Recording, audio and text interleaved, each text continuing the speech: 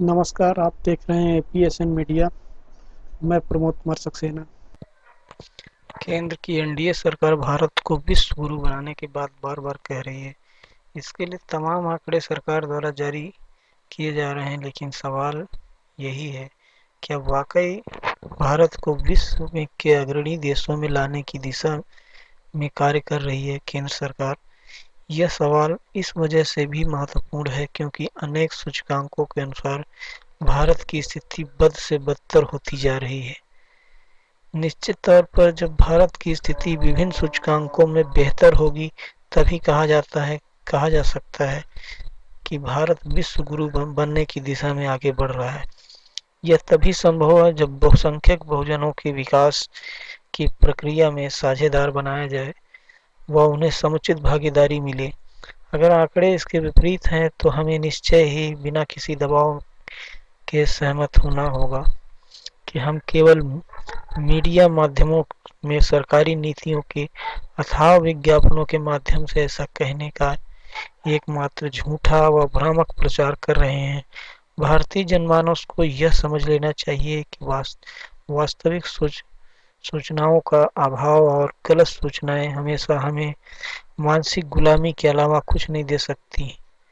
इसलिए मानसिक गुलामी से निकलने के लिए तथ्यपरक सूचनाओं का आदान प्रदान अति आवश्यक है। आज विश्व स्तर पर कई जगह के सूचकांक जारी किए जाते हैं जिनमें किसी भी राष्ट्र की दशा और दिशा का पता चलता है। यदि भारत के केंद्र में रखकर देखें तो हम पाते हैं कि अनेक सूचकांकों के मामले में भारत लगातार पिछड़ता जा रहा है।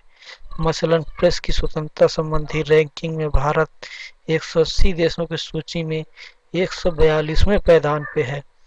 भारत की रैंकिंग के हिसाब से देखा जाए तो भारत 142वें पायदान पर, पाकिस्तान 145वें, श्रीलंका में मीडिया का स्थान 127वें रैंक पे है, बांग्लादेश में 112वें, नॉर्वे में पहले रैंक पे, फिनलैंड में दूसरे और अमेरिका में 45वें रैंक पर है। इन आंकड़ों के आधार पर हम यह कह सकते हैं कि भारतीय मीडिया को जनमानस के प्रति वफादारी निभाना चाहिए थी, उस पर यह खरा नहीं उतर रही है। इसकी एक वजह यह भी एक मीडिया स्वतंत्र नहीं है। जब भारतीय संविधान के अनुसार पूर्ण आजादी दी गई है, जबकि भारत की बदहाली का दूसरा प्रमाण विश्व खुशहाली रैंकिंग 2021 में भारत का स्थान है। कुल 180 देशों की सारणी में भारत 144वें स्थान पर है, जबकि पड़ोसी देश पाकिस्तान 66वें स्थान, अफगानिस्तान 153वें, चीन 94वें, श्रीलंका 130वें, बांग्लादेश 107वें, कनाडा 11वें और अमेरिका 18वें स्थान पर है। सर्वविदित है कि किसी भी राष्ट्र की आय उसके सकल घरेलू उत्पाद जीडीपी के माध्यम से नापी जाती है। इस मामले में भारत पिछड़ा हुआ है। विश्व जीडीपी रैंकिंग नवंबर 2020 के अनुसार भारत की जीडीपी दर 10.289% है, जबकि 2020 में 26.21% की अनुमानित जीडीपी विकास दर के साथ गुयाना दुनिया में सबसे तेजी से बढ़ती अर्थव्यवस्था वाला देश है। गुयाना के बाद दक्षिण सूडान 4.11%, बांग्लादेश 3.80% और मिस्र 3.55% का स्थान है। केवल इन चार देशों में 3% से अधिक की जीडीपी वृद्धि दर है। दूसरी ओर भारत का जीडीपी दर ऋणात्मक है। ऐसे में यह तो स्पष्ट है कि जिन आर्थिक नीतियों को लेकर वर्तमान सरकार काम कर रही है, उसके जरिए भारत की आर्थिक महाशक्ति बनने की विपरीत दिशा में गतिमान है। खुशहाली सूचकांक के जैसे ही किसी भी राष्ट्र की स्वतंत्रता को आंकने का महत्वपूर्ण सूचकांक है ग्लोबल हंगर इंडेक्स। पिछले साल जारी रिपोर्ट के अनुसार भारत गंभीर श्रेणी के तहत 107 देशों में से 94 रैंक पर है। कुल 107 देशों में से केवल 13 देश भारत से बदतर हैं। भारत की यह बदहाली तब है जब खाद्यान्न उत्पादन मामले में भारत बहुत पीछे नहीं है। साथ ही सार्वजनिक वितरण प्रणाली भी उल्लेखनीय है, जिसके जरिए गरीबों को रियायती दर पर खाद्यान्न प्रति माह मुहैया कराया जाता है। इसके बावजूद भारत के संदर्भ में माना जाता है कि यहाँ लगभग 20 करोड़ से ज़्यादा लोगों के पास रात का भोजन नहीं होता है और उन्हें भूखे सोना पड़ता है। क्या इस स्थिति का अवलोकन करने के बाद कोई भी शिक्षित भारतीय यह कह सकता है कि सरकार वाकई विश्व गुरु बनने के लायक कोई कार्य कर रही है?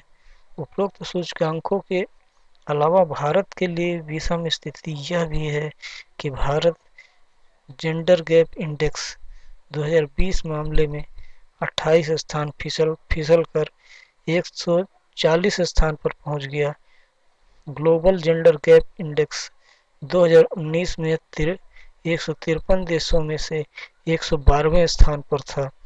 वहीं भारत पर्यावरण प्रदर्शन सूचकांक 2020 की रिपोर्ट में भारत 180 देशों में से 168वें स्थान पर है।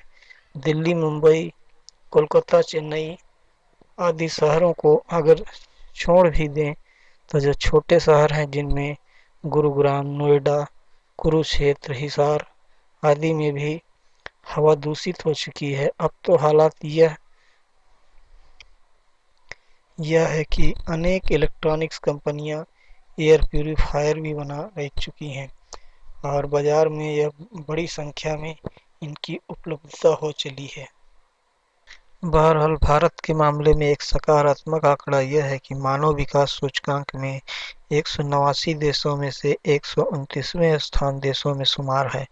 इसके पहले वर्ष 2019 में भारत का स्थान 130वां था। कहना गैर वाजिब नहीं है कि एक स्थान पर का यह सुधार लगभग 3 दशकों के तीव्र विकास की सीमा है। भारत में समावेशी विचारधारा पर कार्य करने की भी जरूरत है। जैसा कि भारत सरकार सबका साथ सबका विकास नीति पर चलने का नाम तो ले रही है, लेकिन उस पर अमल कितना करती आ रही यह सबसे बड़ा सवाल है। लिहाजा कहा जा सकता है कि भारत को विश्व गुरु बनने के लिए भारतीय संविधान में उल्लेखित प्रावधानों के तहत नीतियों का निर्माण करना होगा तथा उसका अनुपालन सुनिश्चित कराना अनिवार्य होगा।